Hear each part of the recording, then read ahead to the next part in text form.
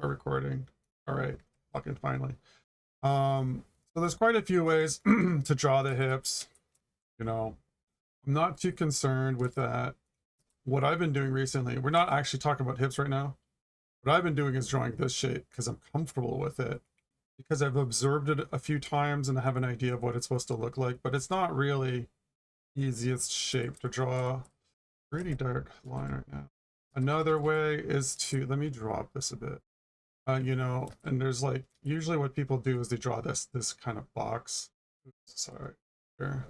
That'll be the hip portion, and then you can draw another box for the, or another box for the chest, for the rib cage or whatever. As an approximation, it's fine. So for me, I'm still dealing with this problem because I actually have a hard time with drawing, the idea of drawing the hip from this position realistically, mostly because this part is always a headache. So I don't know if you know this, but the femur kind of comes out, sorry, the leg attaches pretty closely to the front of this thing. It's actually kind of to the front, and then it kind of goes like a little bit back. I don't know if it does. I'd have to it feels like it's attached way closer to the front than it is to the middle. Yes, should be able to hear me now. Sorry about that. Okay, let me I'm working my way up to what this is supposed to be about, but give me a second to find some reference so I know I'm not incorrect.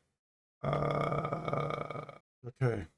I'm just gonna show it to you because it's kind of weird and it's not as evident as you'd think it would be. I'm gonna post in some actual anatomy. Okay, and then I need an actual side view socket. I need a side view socket. Sure. So let me just go on Pinterest for a moment. Here, I'll show this. So when you draw a lot, when you draw the hip area, well, my problem is always this. So I'll explain the issue I have. Maybe you guys have a similar issue. My issue is when I'm working on this stuff, okay, my issue is always that, quite frankly, the joint is connected way closer to the front of this whole assemblage, where it feels like it should be back here. But the truth is it feels like it should be back here because there's all this front meat. You know, obviously there's all this, but you know, the front of your leg is actually quite beefy. So conceptually, it feels like it should be back here. This is in my brain the issue that's happening. I'm explaining, because if I feel it and I look at reference art, it always feels like it's way back here. But I think it just comes down to the fact that there's way more front meat than we're willing to accept, because, you know, the ass goes here. Sorry, the ass goes here. So this feels less like the center of this mass than this. Anyway, the problem I have is when I draw this sort of stuff, you know, when I draw hips or when I visualize them, when I draw a hip like this, my problem, and this is still an issue to this day, is this big empty space of like no features. It's really hard to, it isn't hard to just wing it and nail it, I guess is what I'm saying. It isn't hard to wing it. The problem is that if you're trying to do very subtle, you know, details in a leg, you're gonna want to know, you know, someone's bent over, you know, how to draw this hip area, right? It's always a headache. It's always a headache for me. It continues to be a headache. I keep redrawing that area. It's been years. It's been 2 decades, really. So, and just listen to me. I'm going to be going a roundabout way because I do have a solution for it, but it needs to be broken down to what the problems I have are, and maybe they're the similar problems to you. Then when you approximate these shapes into this sort of thing, okay, you're like, okay, you make a box, you draw like a mannequin, you mannequinize. This doesn't really solve the problem because there's all this detail here that's completely lost. Mannequinization can only go so far, right?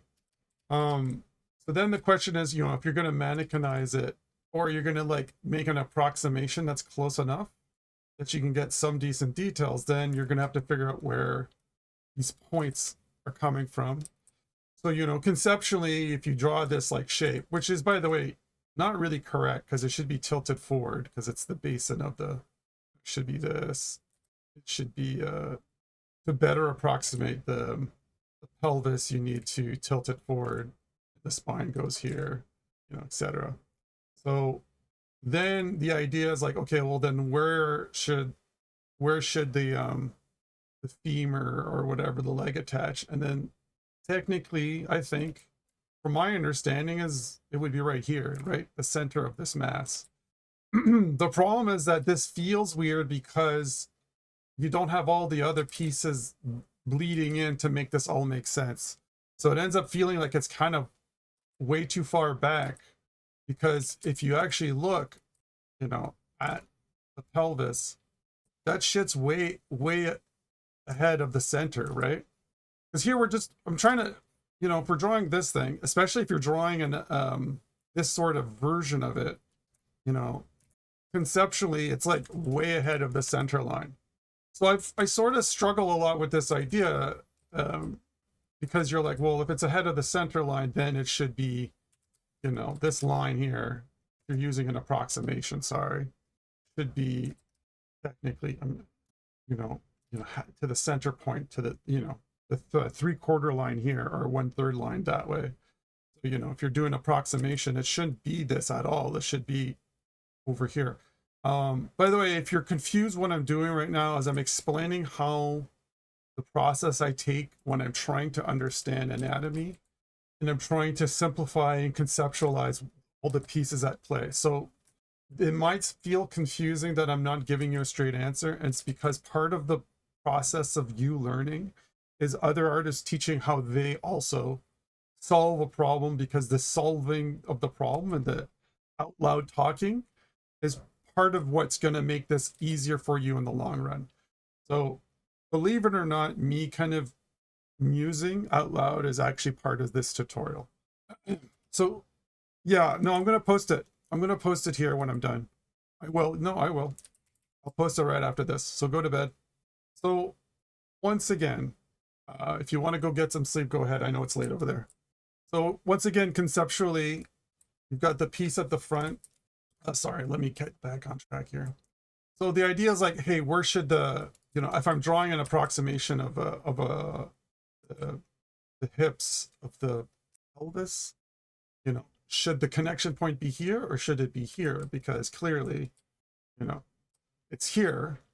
And then in this case here, you know, if I'm looking, although this is kind of missing stuff, because then you have to ask, then you're asking yourself, well, if you draw it like this, you know, if you draw the pelvis just like a block and then you fit everything in there, then clearly that joint is there. So the first thing you have to do and decide is, what exactly is this box representing? Okay, because there are people who represent the box as a standing up pelvis like this without caring about the opening, right? That doesn't take into consideration the, like, this general angle.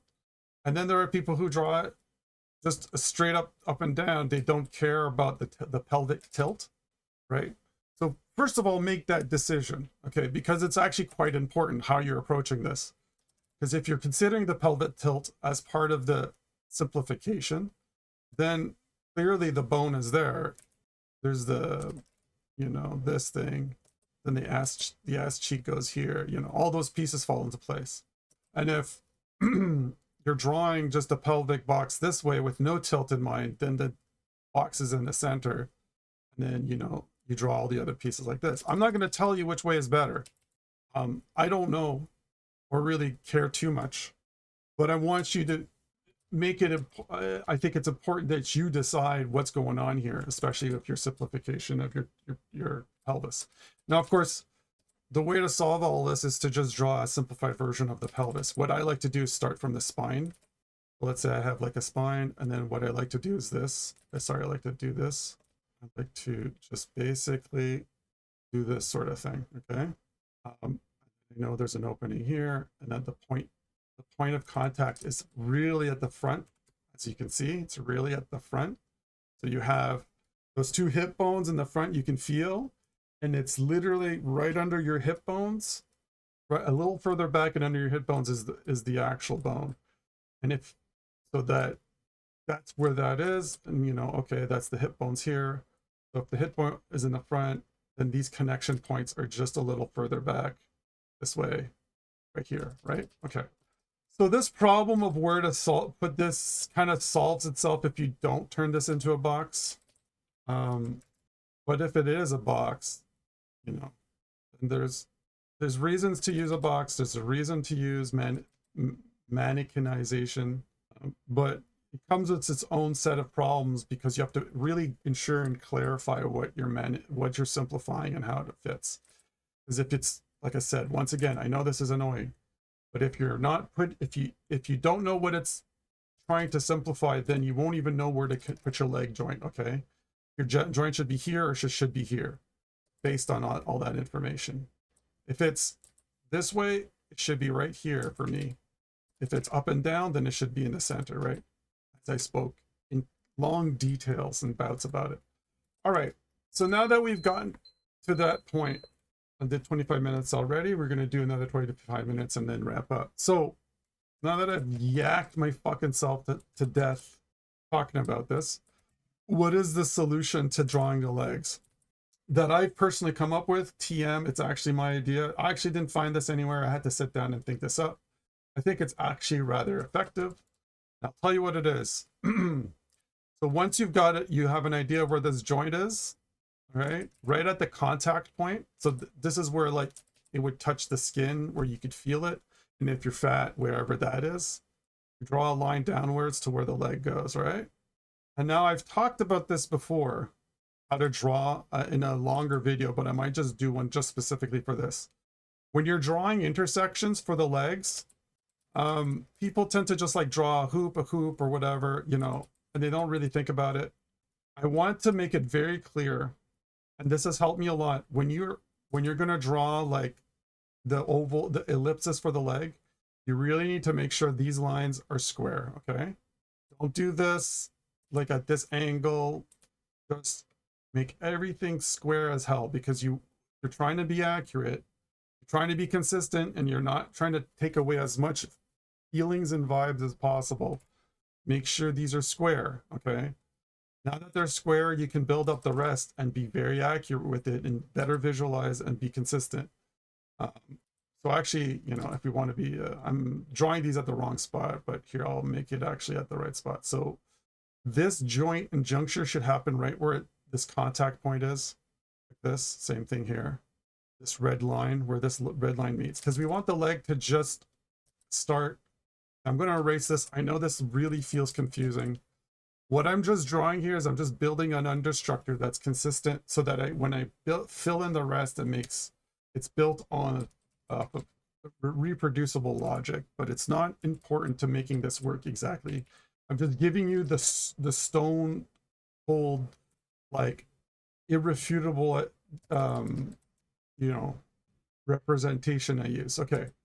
So if I've talked about this before. If you're looking down at something, you have to use if you're looking at a cylinder, you always have to use the wine glass as your guide, the wine glass effect as your guide, so that this ellipses will be wider and more open than the one that's up here. That's just how this works. So you don't have to be too strict about this, but you do have to consider it enough, and that'll help with understanding your volumes better and understanding these drawings better, because this opening should be wider, not wider and as far as, you know, the shape, because this shape could be bigger, but more circular than this. This ellipses should be narrower than this, just should become more wide. As it goes further away down the barrel, it should get opener and opener, because you're shooting away from the horizon line, right? At the horizon line, it should be a title, like a line, and above the horizon, it should be like this. Anyway, point is, it should be using this kind of, it should be a little tighter at the top and more wider at the bottom, because the horizon line is above. this is the sort of slight details that as you incorporate into art makes your art more volumetric and exist in 3D space. I'm talking about it again, even though I post a video, because that thing is buried in the middle of a 2-hour long video. And we're talking about trying to attach these legs to the thing, okay, in an accurate way. All right, see you guys. So here comes the next step, how to attach the leg. So we've talked about, so where your attachment point is matters based on your simplification of your torso. Sorry, of your pelvis, okay? It really, so if it's going to be here, then it's going to be, if it's going to be here, then it's going to be here. It's going to, so here it should be actually right here, and this one should be right here. You can eyeball this, you can, but if you want to be accurate, you really need to define, this needs to be a little wide. You really need to be consistent. Here comes the next step. I'd like to try to draw a line right here. Okay, so now that once you've got this shape done, I'm actually going to reorient these legs. What this shape represents is that seam line. If you're wearing like seam pants, or the front of the leg, okay, right where like the most it would touch your pants if you're walking. So you're going to slice that like that. You're not going to have to do this every time. I just need you to conceptualize this. Then once you do that, you can do your cross line, and then once you do that, you can do the last part of the problem, is you're going to create this half ellipses, okay? So if you're going to do a full ellipses, a picture just going all the way down like this, I want you to do a half ellipses. Don't just do an oval, like visualize an actual ellipses, just half of it, all right? And then you're going to find where this line is, this, and then you're going to do the same thing, okay? So this is, you're not going to worry about, so I'm going to paint out the section that you don't have to worry about painting in, conceptually visualizing, okay? So this actual area needs to stay kind of, actually, this area needs to stay like undrawn, because the goal here is that once you've got this kind of volume at play, you can better start adjusting for how you should be drawing this. So in this case, you know, if I had, remember, this is just the bone, right? If you were to add, this is not a realistic interpretation of a real hip. There's like a bunch of extra goo missing, a bunch of muscle and goo. So if you're going to do this accurately, then you need to extend these lines. If you're going to do this where there's like fat and muscle, you have to extend these lines and then rim of fat. Then same thing, you know, down here. I know this is really crazy. I'm just trying to really have you guys visualize how this deconstructs in a way that's consistent and effective, okay? Because you can do this a few times and then you don't have to really do it that much unless you're in trouble, and then you can just kind of quickly visualize it.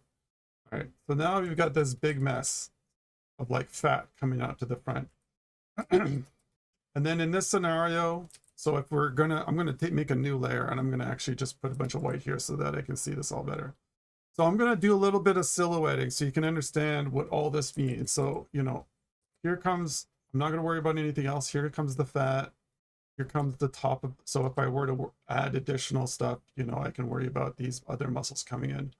But it's actually kind of important to draw this because this sort of like protrusion actually really helps visualize this concept of the abdominal being its own muscle, okay, the lats or the side stuff being its own muscle group, and then the hip having its own kind of surface area. But conceptually, the idea is that you've got this, the hip and the fat come out of this one shape I've built, okay?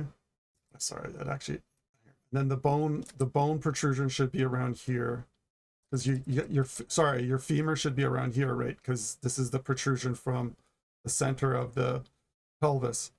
So the idea is that now you've got this, you can add, you know, the fat muscle of the ass, do all the other pieces. So now that I've worked through this, I know this seems really, really confusing, but conceptually, sorry, not conceptually, but when you're doing this pretty quickly, what you want to do is you build your pelvis.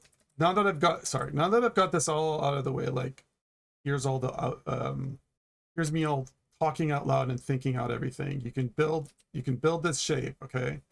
And let's say I have two legs leaning forward, and I have a concept of what that represents. So I've got two legs moving forward with the idea that they're connecting here on the pelvis that I can't see, or you know what I mean? And then I draw these two lines here, you know, I can draw these two lines real quick, and then I can be like, that's where those ovals go, you know, and now I can just kind of draw the rest, right? Here's the connection point. Here are the ellipses that make the shape. Here's the hip portion, and this is bony protrusion from the actual bone. Now I have enough logical 3D shape to kind of build the rest of the butt, right? This is the closest I got to being consistent with like an accurate idea of what this should be. Mostly because there are situations I was doing when I was doing some life drawings with this breakdown. If you have like a character, especially with cross legs, because the issue with cross legs is it's always kind of unsure what you should. One second, I got messages on Discord. Let me just check them real quick. Okay, we're good.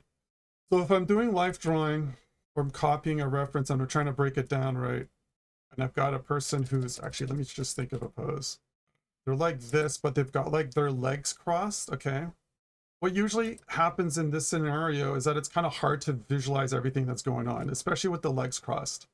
So if you take this point of reference, you know, because really, you know, if you're drawing a leg like this, you actually have to protrude out, draw all this stuff. And I don't think that's wrong. Same thing with this, you know, you have to create the L shape, you have to create the actual femur shape. I don't really want to worry too much about that. Because technically what I'm doing here is I'm building that shape will be there anyway with the cylinder I'm drawing. So if you do this and you do this, sorry, this needs to be in the center, man, of the slightly inside this box. Okay. So if you draw these two things and then you draw your cylinder shapes, okay, and then you draw your mass, you draw your ellipses to kind of define these shapes. Okay.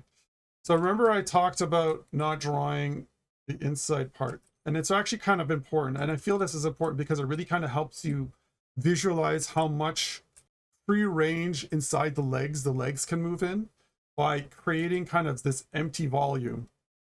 So if I were to draw that line of the front of the leg, like I talked about, it would be about here, I think. And then I create that half ellipsis that goes up and down like this to the back and then to the front. We still have this kind of opening that still makes sense, right? Where the leg can actually like logically bend into the hip region and still have some logic. And now this leg is facing this way, so technically the hip bone would be here. That's where the femur is, and the same thing with here, right?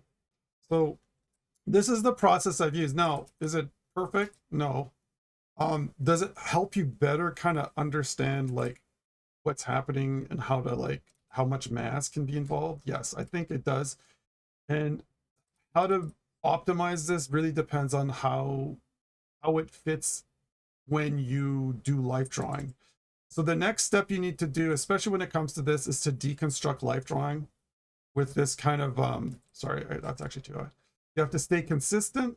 You have to basically do life drawing and deconstruct life drawing, even to specifically draw on top of like trace on top of like reference material and see how this actually, like how consistent it is and how effective it is at giving you the right answer. So if you can draw like a cylinder hitting the certain points of the body consistently over and over on multiple models, then you have a reliable system, and that's how you really discover how effective your method's going to be. Okay, you can mannequinize all you want, but until you overlay it on top of a bunch of nude models and actually see how reliable and consistent it is, and if you can hit all the targets you need to hit, then it really doesn't matter how you mannequinize, because it's not built to last, and it's got no like real world testing done. So you really need to go on top of like models of different body types and styles, build that shape consistently over and over, solve the anatomy problem. And once that's been solved, then you know you can just walk away from the real life anatomical drawings you're doing and consistently build reliable and real anatomical simplifications based on a system of very explicit rules. Okay, it really comes down to making sure your rules make sense and they're consistent. You really need to be like a truth seeker when it comes to this. You know, you can't build the snow fort out of precarious blocks and never test it, because you never want to be, sorry, this is a weird example, but I always thought about this when I was younger. You know, when we built snow forts when I was a kid, people would stack a bunch of blocks and then like, you know, snow blocks, but then they would be like not touching any of the snow blocks out of fear that the the fort would fall over. And my feeling was always like, well, I don't want to be in a fort you can just push over. There's a certain amount of stress it needs to prevent it from being collapsed, especially on top of you. So you want enough force on the on your solution for it to not crumble immediately, but not so much force that it'll just break it anyway. Because I mean, none of these are perfect solutions. So whatever solution you create needs to be able to be resilient enough to fit most cases, but not so restrictive and heavily like mathematical that it's just defeats the purpose and you just kind of, it crumbles under too much scrutiny. So if it gets you 90% of the way there 90% of the time, then it's a good system. If it only works sometimes, then it's not consistent, and then it's not really reliable, and it won't really suit your purposes. So you really need to, whatever methods you do use to try to connect the hips to the legs, it needs to be consistent, reliable enough. And really the only way you're going to do that is to trace your method or your solution on top of real life models. Otherwise you're really just never going to know. And that's how I, you know, built this method. Like, especially when it comes to the rib cage, my method now is pretty consistent. I'm using two people I'm using, where you start with the sternum, then you have the opening, and then you make sure this opening is just as long as this, so about, you know, stops here. Then I make sure these bones, what the fuck are they called? The clavicles, you know, where the clavicles angle, the angle of the chest, the clavicle in these lines here exist, right?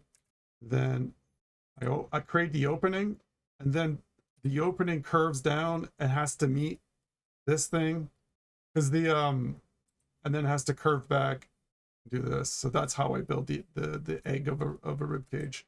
So they've got this connection point, that's the lowest point of the rib cage. So this comes out like a triangle, and then it has to go back, and it has to come in like that. So this is how I've learned to build this, and it's pretty consistent as long as I follow these like simple set of rules where there's 40% this, 40% this, and 20% the neck hole or whatever. My lowest point is at the dip at the lowest, is where it curves back at the halfway point, you know, of the actual thing. So I'm doing all these like micro adjustments and simple rules. You know, same thing with this. You know, I know for a fact that this surface should be pointing down, and this surface should be facing this way. This surface should be going this way. You know, so I know that it's a tilted egg, and I know that it's flat here, turned here, so that if there's a shadow, a light source coming from the above, this is all in shadow, and this is very well lit, and this is just a bit in shadow. So it's like ideas like that I sort of build in slowly as I work this idea of what this is. And that's the same for this pelvis and leg assembly. Like I said, I'm still in the middle of trying to figure this out correctly, because when it comes to someone who's got a lot of like leg meat, you know, you can get away with just drawing a hip shape, not filling it. Like you can just draw this shape, right? The problem comes down to when you create a problem where you don't know how to fix this side. Like let's say, okay, you add the belly button, right? You're like, well, where does the belly button go? Maybe it goes here, and then where do the hips go? So what I do now, before what I used to do is just a lot of winging it. But if I drew this, right, and I wanted to kind of do some corrections, well, where would I start? Well, I can do a reverse kind of construction where I was like, okay, well, the hips should be in line. I know that for a fact, and I know that this person's standing, so the point of connection for the femur should be probably in line. So I can start kind of creating little tiny rules like that are built on larger concepts and ideas. So from that point, if I know that these things to be true, right, then I know, okay, I can start building these systems. I know these rules for mannequinization that are consistent. So I can draw this cross piece, and I can draw a leg down. And I'm like, okay, the leg should come out that much. You know what I mean? So I can start doing like mid-sketch corrections without having to worry about the whole ensemble, where I can just be like, I'm sure I have a feeling this should be here. So if I add the belly button here, you know, and I draw a line like this, then I know that, you know, the hips should be just behind the belly button, because the way that most bodies work, unless you're, you know, really fat, is that your hip protrusion is slightly behind your belly button, because you've got the abdominal wall, and then there's like, it goes in slightly like this, and then it comes out again, and it goes in again. So you can just start building up kind of micro corrections. My issue is always, when it comes down to all this, is there's very subtle shape concepts here that I still have a hard time with. I don't know if I should draw like an oval like this. I don't know if I should focus on, you know, the front of the leg first. Sometimes overworking these areas kind of like make it not feel stylistically fun. You know, a lot of this area is actually, on most people, just very easily represented, like just a shape like this, and you know, very few lines. You know, if you do this, you can just kind of get away with these areas with very few lines, and then sell it, right? But what it comes down to is what happens if you actually, like, you're screwing something up, or you want to, you know, put some pants on a character, or you're trying to like get an idea of what the pieces are in play, or how they work, and how to shade this and all that stuff. So when it comes down to that, you'll find that if you haven't done the work to sorry, the navel is opposite the middle of the pelvis. I don't know what that means. I mean, I would if I had a chance to kind of get my head straight, but I'm kind of mid-thought here. Let me see that again. Interesting observation. Navel is the opposite the middle of the posterior wall. Are you saying? I don't know. Anyway, point being, so if you draw a middle line, okay, and then you've got this line for this, so that's that. So it's this distance again out from the center. So this is the middle. We're to just draw an approximation.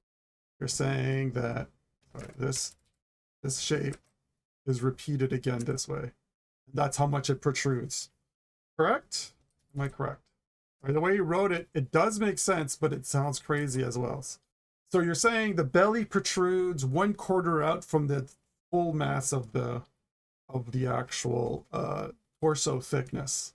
So the belly protrudes out 1/4. So if you draw the original pelvis, and you slice this up into quarters, which is easy, right? The belly should be 1/4 out, one of these out from the pelvis area. So it should be like this.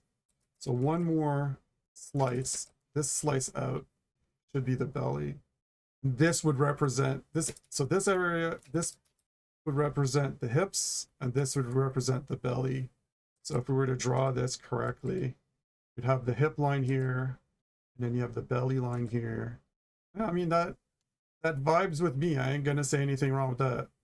So you got your hip line here, and your pants will go down that. All right. Well, thanks for that, Hexam. So with that this example again is just like when you're drawing, it's a lot of like micro rules like that and little corrections and fixes. You're not really gonna remember all of them all the time. That's why it's like I look at my old tutorials and I'm surprised.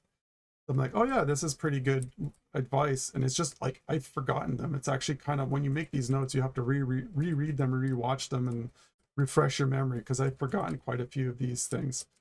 Yeah, because if you draw out, you know, I mean, it's a pretty good rule. It does make you, I tend to undercompensate for this and then make it the belly not protrude that much.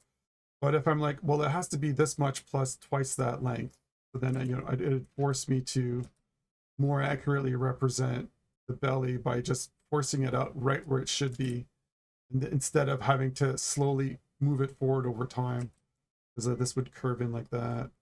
So I know that this would have to be that much out. Yeah, very interesting.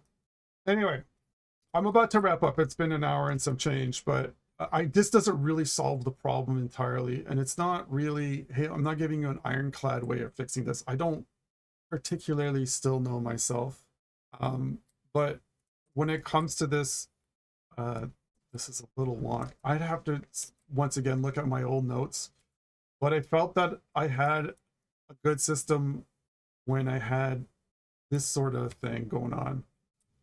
I actually don't think this follows the rules I had built. I don't think the rules I created followed exactly actual logic of the bones themselves, but they kind of better approximate. I think the way I had it before was that this midsection was right where the hip box was, and then the semicircle, the ellipsis shape came out like this, and that tended, though not based on real like anatomical logic, tended to give a close enough approximation that gave me the details I needed to do this effectively. Specifically because I found myself having a hard time with this side always tends to be an issue with me. And I found it was because I wasn't willing to, when I was drawing the hips, I wasn't willing to redeify this area enough. I wasn't willing to like create enough volume, especially in the hip region, to see this as a full mass. And then when I started doing this, it got easier because I could like see that the leg and the hip really existed as a full mass, and then kind of all this squishy meat exists in the center. So it kind of helped me better, because what happens a lot of the time, for, you know, obviously me included, is you come down these, you get used to these kind of like, this is how it should look like tropes, right? Or shorthands. You're like, well, if I draw a hip like this, and I draw the crotch line like that, usually there's like a line here and a line here. And this is kind of how most people come to draw most of the time, I think. And I think when you're trying to correct old behaviors, you're trying to destroy this idea of like drawing what feels right, or what netted you a positive result. You really want to get to a point where you can be like, well, hold on a second, what's actually there, right? So you want to get to a point where you can deconstruct enough not to put in what feels right or what you've put in before that looks right, but actually have enough sub rules to draw what is at least mathematically possible, right? So the leg would be here, and then you draw this piece, draw all your pieces based on those rules I discussed. Yours can be different. I'm not really here to tell you which one to use. Okay, the leg should be like this, and then this should go here, this should go here. Same thing with this. Now I have enough, you know, visual data to be like, okay, if I were to actually draw this, there'd be enough visible hip here to do this, and then this line would come, I'd have to compensate for this line being right down here, right? This is where the crotch line would come, so the belly button would extend past here, you know, and the crotch line would be here. And then you can start building not on vibes, but on at least a concrete set of rules that will give you something outside of your own personal comfort zone, and something closer to what actually might more accurately be there. I mean, you don't really have to do math. What I'm showing you isn't really math. It's just a consistent set of rules. It's like baking, all right? You kind of have to make sure you always have the same proportions of baking soda, or you won't get it right. The dough won't rise, or the biscuits won't cook. So it's more, you're not, I don't want you guys to do math. I just want you guys to have rules that are not so vague that they won't make biscuits, but not so strict that you're not having fun and you're not willing to experiment within the confines of those rules. So you need at least rules that are proportionally enough close to net you positive, consistent results, but not, and to enjoy the process, but not be like, I fucking hate this because I just do math every time. And I think that's where it gets a little messy, is that people think they have to do math, and that's definitely not what I want you guys to do. I'm not myself, I'm not primed that way, and I probably wouldn't draw if it was just math the whole time, right? But also another thing that helps with this process, the more you build things kind of like with these volumes, the easier it is to kind of see how things should be shaded, right?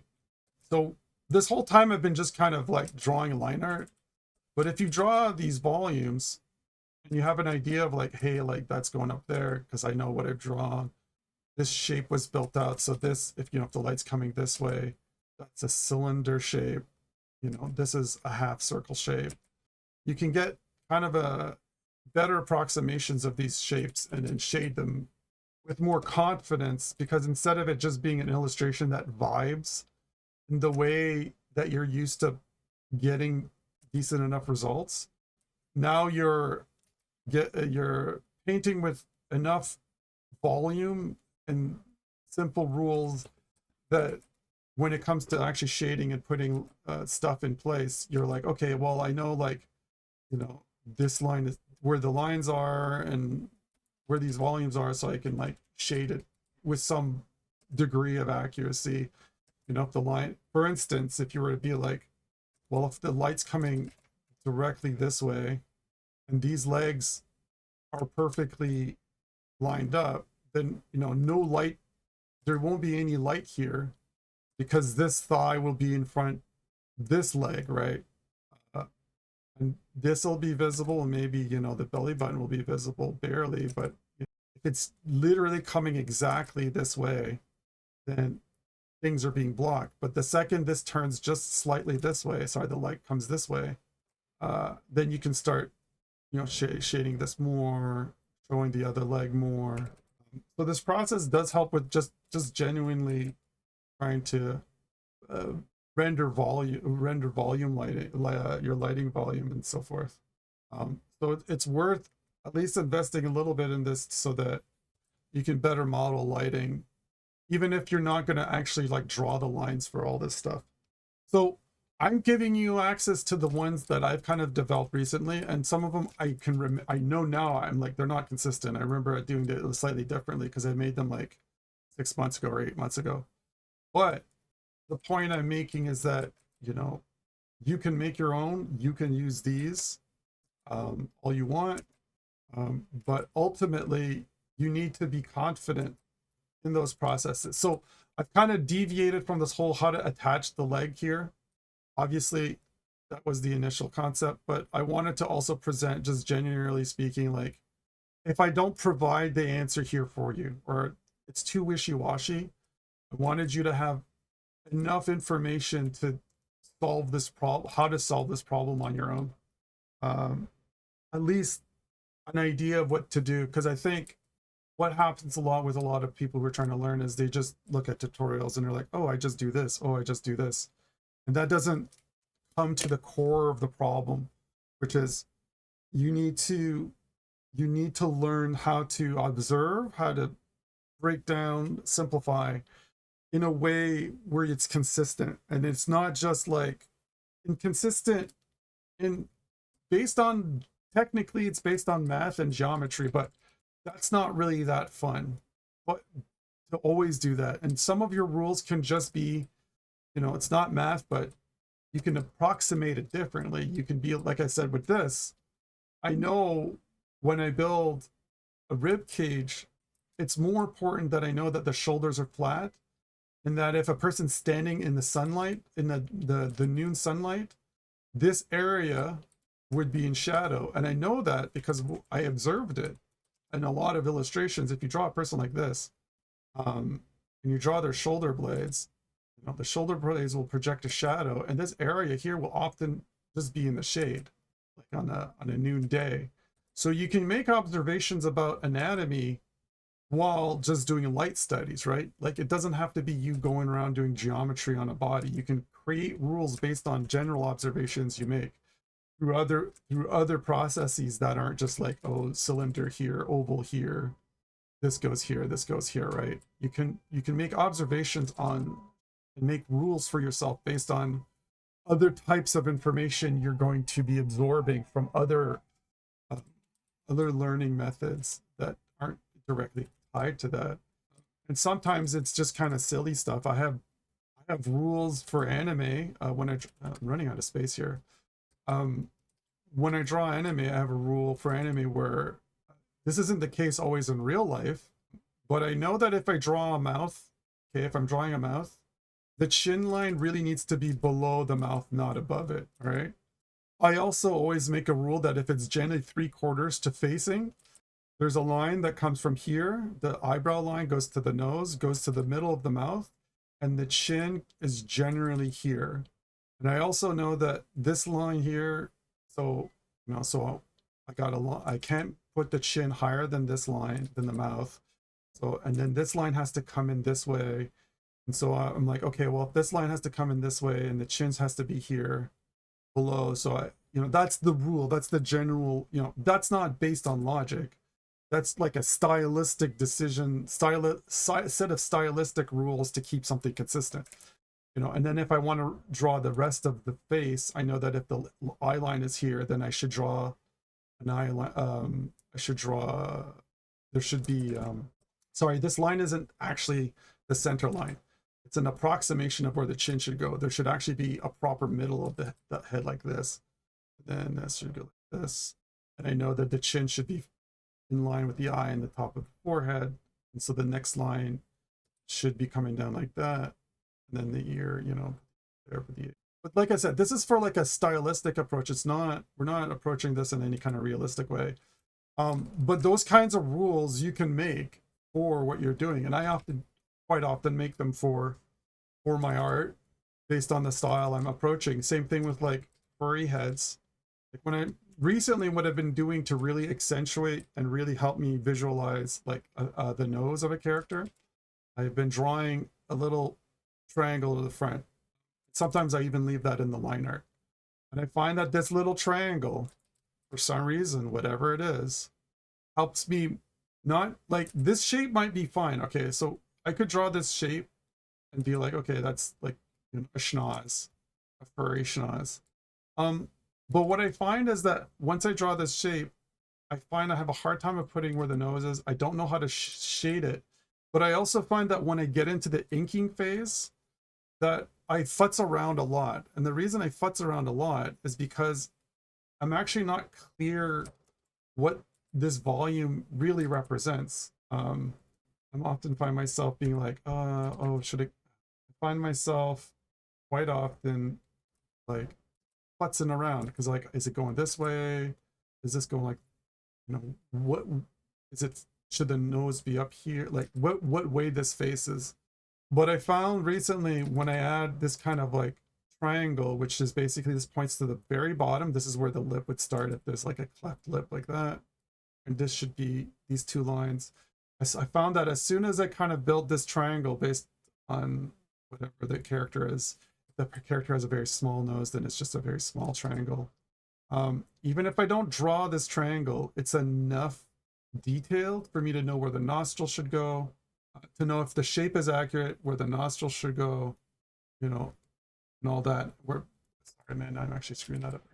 The nose, like down to the center, then the triangle shape, enough that it feels right, so that it can be consistent. Also, when it comes to shading, I can use this like shape to know where the highlight should be, usually like in that spot there. But but it doesn't really represent anything when I ink, right? If I come over this and I ink it at some point, I could come over and just not ink any of that. It could be inking just, you know, just coming in and just doing this when I'm done, and nothing else be represented. But when I'm inking, be like, well, what's the point of drawing that? Well, when I'm inking, I'm not like control Zing myself over and over. Like I've got the confidence to know that that volume's correct in the right place, and I'm not touching this as a problem, or I'm like, I have the confidence to just doodle this area and move on, instead of being like, oh no, that's the wrong line, you know, draw this, so I draw it, control Z, draw it, control Z. I shouldn't be in control Z land. None of you should be, but we can talk about that another day. I should be able to just be like, yeah, that's the shape I want, I'm done, move on. And sometimes you get that just by having the confidence to see your undersketch have all the details you need to confidently build that shape, and not overthink it and not underthink it, and just be like, yeah, that's good, that's what I want out of it. Anyway, that's it, we're done, guys. Sorry this kind of prattled on a while. As you know, I tend to do that. I'm gonna save this up and post it. Hopefully it helps some of you guys. Export this out. I know it's a little kind of all over the place, but as we've discovered, it seems to be the only way I can properly communicate these ideas. I'll try to cover this again. I do have to look at my old, actually, let me look at my old breakdowns. I came across them recently, and I felt they were decent enough. Let me see if I can find them references. Found them recently. Anatomy. Okay, here they are. Here's some older studies I did where I was breaking down these shapes. I was using a pelvic griddle. So I can explain this another day. This is just a lot of work to try to go through this, but you know, you start with this small box shape and then you build out the hips. Then from the box shape, you can, you know, this is what I was talking about, drawing these like oval lines and so forth. You could see it here. So, okay, so I see what I was doing. So I was creating so this is actually the process I was using, but I was trying to remember this. You draw this thing and then the oval comes out like this. Same thing with this. And then you've got this empty space here, and this is where the leg can kind of collapse in on the hip. And so there's all that play. Look at this again. But anyway, and there's under drawings to this, but I don't know if they're adult or not, so I'm not going to show them.